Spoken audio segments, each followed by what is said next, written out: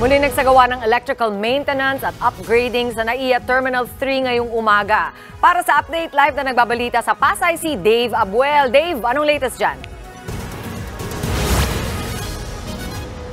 Jester Chiki, nagpatupad ulit ng electrical maintenance at upgrading ang pamunuan ng Manila International Airport Authority o MIAA dito sa NAIA Terminal 3 ngayong araw.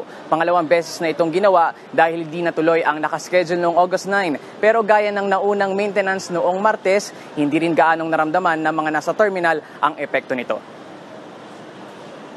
Business as usual pa rin ang NAIA Terminal 3 ngayong araw. Normal ang operasyon dahil hindi alintana ng mga nasa loob ang nakaschedule na electrical maintenance at upgrade sa international wing ng terminal na sinimulan na kaninang alas 6 ng umaga.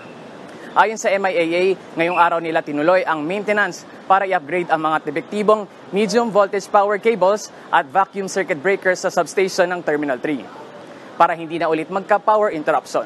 Target matapos ang ginagawang maintenance hanggang mamayang alas 11 ng umaga. Ayon naman sa ilang nakausap natin na pasahero, mas mainam na i-upgrade na ang terminal para sa mga pasaherong gaya niya.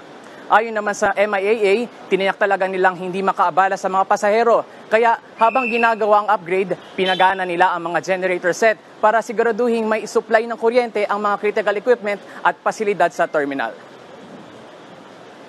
Jester Chiki, sa ngayon, tuloy-tuloy lang ang pagdating ng mga pasahero dito sa Terminal 3. Normal pa rin ang pila sa mga check-in counters at hindi naman tayo nakaranas ng pagkaantala sa supply ng kuryente. Balik sa inyo. Alright, maraming salamat, Dave Abuel. Mga kapatid, Gretchen ho po, huwag maging huli at maging una sa lahat ng balitaan. Maging maalam at may pakialam sa mga napapanahong issue at balita sa bansa. Mag-subscribe at mag-follow sa News 5 social media pages.